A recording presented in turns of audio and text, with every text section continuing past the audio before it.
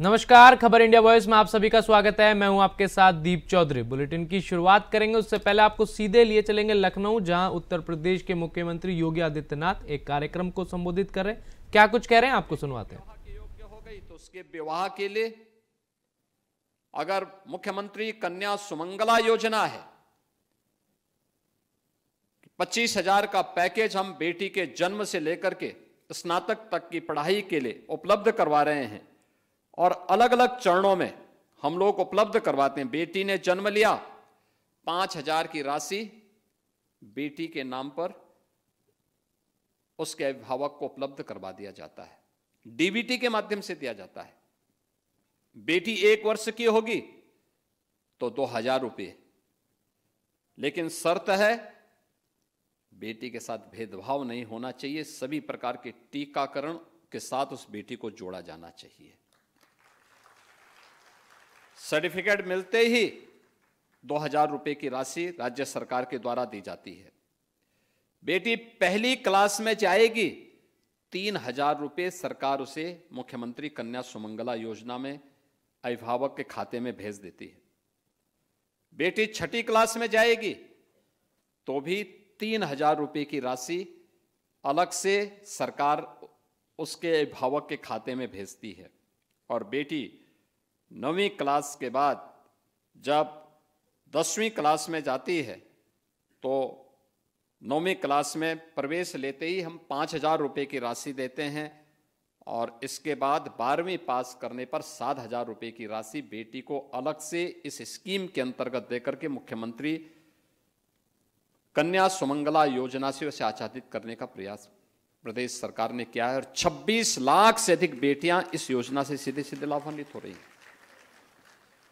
बेटी की शादी को लेकर के पहले लोग घूमते थे, चेहरा देख करके योजना का लाभ मिलता था। आज हमने तय किया 1 लाख रुपए की राशि मुख्यमंत्री सामूहिक विवाह योजना में बेटी की शादी के लिए बिना भेदभाव के प्रदेश की हर बेटी को उपलब्ध करवाया जा रहा है। 1 लाख रुपये बेटी की शादी के लिए भी सरकार अनुदान दे रही है। और यही नहीं, केंद्र सरकार ने भी आदरणीय प्रधानमंत्री जी के मार्गदर्शन में बेटी बचाओ बेटी पढ़ाओ का कार्यक्रम, मातृवंदना का अभियान, फिट इंडिया मूवमेंट का कार्यक्रम हो या फिर अनेक प्रकार के वे कार्यक्रम जो नारी गरिमा और उसके सम्मान को तीव्र गति से आगे बढ़ाते हैं। जितने भी वेलफेयर स्कीम की गरीब कल्याणकारी योजनाओं को प्रारंभ किया गया है पिछले 11 वर्ष में, उनका केंद्र बिंदु नारी है। स्वच्छ भारत मिशन में देश के अंदर 12 करोड़ घरों में शौचालयों का निर्माण होना, यह नारी गरिमा का प्रतीक भी है। 10 करोड़ घरों में उज्ज्वला योजना का कनेक्शन मिलना, यह नारी को धुएं से मुक्त करने और ग्रीन ईंधन के साथ जोड़ने की एक अभिनव योजना बिना भेदभाव के हर नारी को प्राप्त हुई। आयुष्मान भारत की योजना में देश के अंदर 10 करोड़ परिवारों को जोड़ने का कार्यक्रम, यानी 50 करोड़ लोग इस योजना से लाभान्वित हो सकते हो। परिवार में कोई बीमार होता है, हो सकता है परिवार का पुरुष सदस्य मुंह मोड़ ले, लेकिन घर की नारी यानी मां या बहन कभी मुंह नहीं मोड़ती। वो अपना जेवर गिरवी रख करके उपचार कराने में पूरी ताकत झोंकती है और ये लाभ उसको सीधे उसके सम्मान से जुड़ी हुई है। घर में अगर 10 सदस्य हैं और भोजन किसी प्रकार से 8 लोगों को प्राप्त हो रहा है तो घर की नारी भूखी रह जाएगी, लेकिन अन्य लोगों को भूखे नहीं रहने देती। 80 करोड़ लोगों को फ्री में राशन की सुविधा का लाभ, यानी जो भी स्कीम है। और अभी पिछले दिनों आपने देखा होगा ग्रामीण भू अभिलेख, घरौनी, ये भी महिलाओं को प्रदान किए गए। महिलाओं में अकेले उत्तर प्रदेश ने देश के अंदर 3 करोड़ ऐसे ग्रामीण भू अभिलेख वितरित हुए, उनमें से 1 करोड़ से अधिक अकेले उत्तर प्रदेश ने वितरित किए, जिसमें जमीन का कागज महिलाओं के नाम पर होगा और ग्रामीण क्षेत्र में व्यवस्था अनिवार्य रूप से की गई। 4 करोड़ गरीबों के लिए एक आवास बन जाना, यह व्यवस्था भी तेजी के साथ आगे बढ़ाई गई। अकेले उत्तर प्रदेश में हम लोगों ने अब तक 60 लाख गरीबों के लिए एक आवास बिना भेदभाव के उपलब्ध करवाए हैं। यानी हर वेलफेयर स्कीम में नारी की गरिमा और उनके सम्मान को, उनकी सुरक्षा को ध्यान में रख करके उपलब्ध करवाने का कार्य किया गया।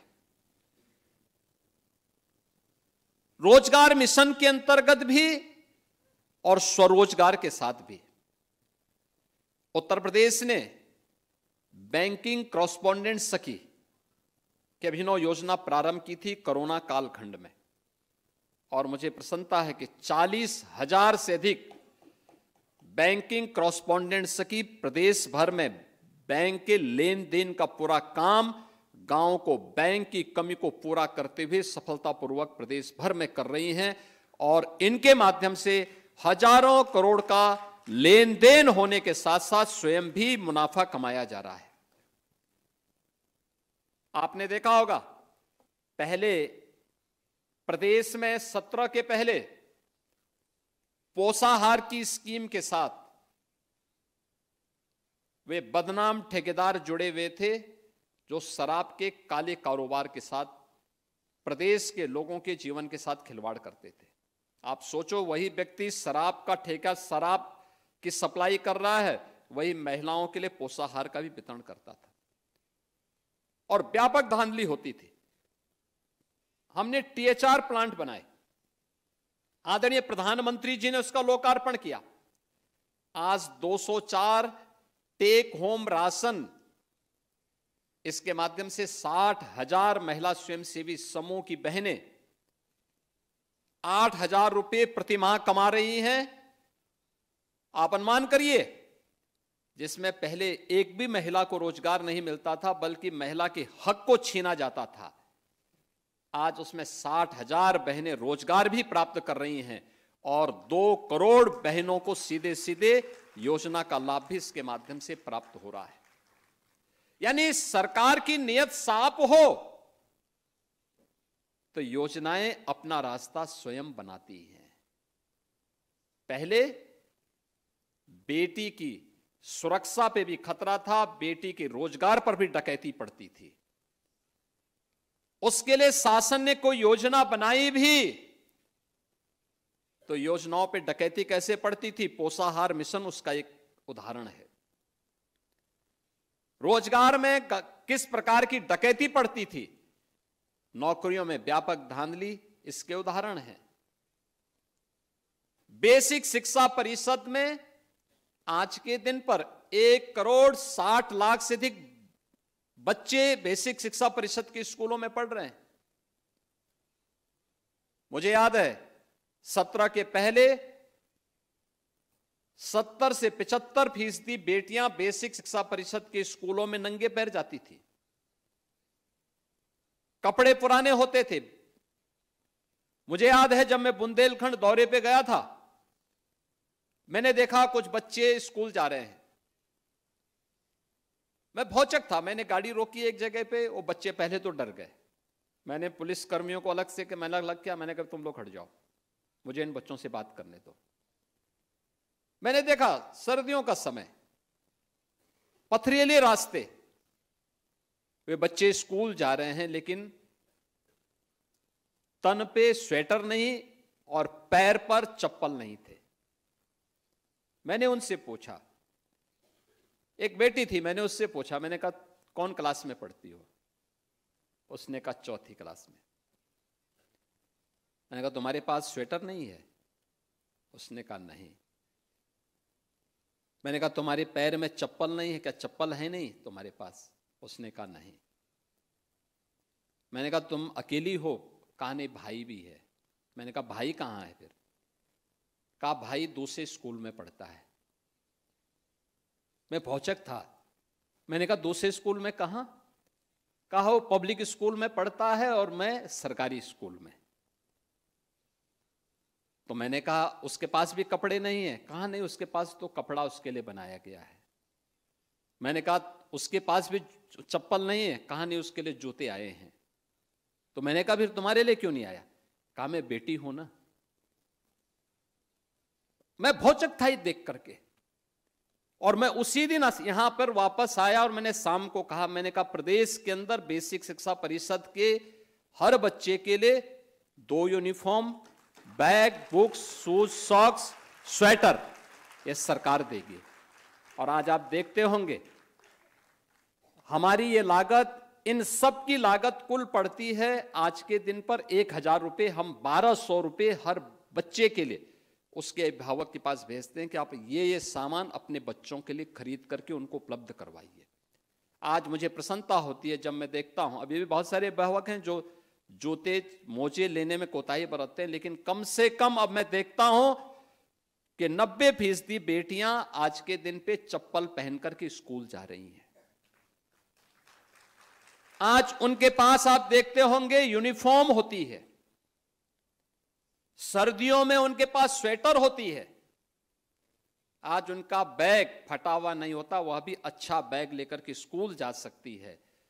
और हायर एजुकेशन में पढ़ने वाली हर बेटी के पास उसके हाथ पे टैबलेट होता है, टैबलेट। यह है नया चेंज। यानी ये 2017 की स्थिति कि बेटी भी सुरक्षित नहीं थी,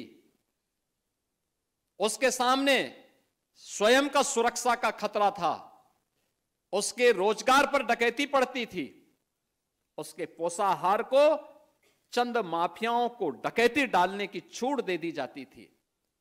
और स्कूल की स्थिति क्या थी, आंगनबाड़ी केंद्रों की स्थिति क्या थी?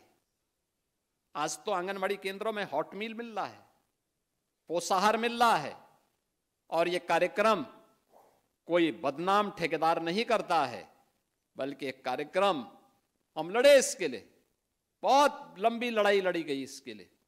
तमाम माफियाओं का गिरोह बार बार घेरता है, लेकिन हम सुप्रीम कोर्ट तक इस लड़ाई को लड़ करके फिर से लाए कि नहीं, महिला स्वयंसेवी समूह ही इसको चलाएगी और इसमें महिलाओं को रोजगार भी मिलेगा और ईमानदारी पूर्वक ये कार्यक्रम आगे बढ़ पाएगा। और आज मुझे प्रसन्नता है कि इस कार्यक्रम को हम आगे बढ़ा पा रहे हैं। इसलिए बढ़ा पा रहे हैं क्योंकि आपने देखा होगा ये सेवा पखवाड़ा का कार्यक्रम चल रहा है 17 सितंबर से 2 अक्टूबर के बीच। और 17 सितंबर से 2 अक्टूबर के कार्यक्रम की शुरुआत आदरणीय प्रधानमंत्री जी ने पहले दिन जिस कार्यक्रम का शुभारंभ किया था, कार्यक्रम का ये जो थीम दी गई थी कि स्वस्थ नारी सशक्त परिवार, और सशक्त परिवार है तो समृद्ध समाज अपने आप बनता है, और समाज समृद्ध होता है तो राष्ट्र को सशक्त होने से कोई ताकत रोक नहीं सकती है। विकसित भारत की संकल्पना का रास्ता यहां से जाता है, और विकसित भारत की उस परिकल्पना को साकार करने के लिए हम लोग आगे बढ़ रहे हैं। मैं कभी कभी इस बात को देखता हूं कि आखिर इस प्रकार की स्थितियां क्यों आई समाज में, क्योंकि हमारा भारतीय समाज तो प्राचीन काल से बहुत जागरूक रहा है। वैदिक कालखंड से लेकर के अब तक कि वे ढेर सारे ऐसे उदाहरण हैं हमारे सामने जहां पर नारी को जब भी अवसर मिला उसने अपनी सशक्त उपस्थिति से नेतृत्व को आगे बढ़ाने में किसी भी प्रकार की कोई कोताही नहीं बरती। हर स्तर पर उसने बेहतरीन नेतृत्व दिया, और उस बेहतरीन नेतृत्व के माध्यम से जिन लक्ष्यों को प्राप्त किया है वह समाज के अनुकूल रहा है, समाज के लिए कल्याणकारी रहा है। हम लोग आज इसीलिए इस अभियान को आगे बढ़ा रहे हैं। इस अभियान को पंचम चरण में भी हमारा यही अभियान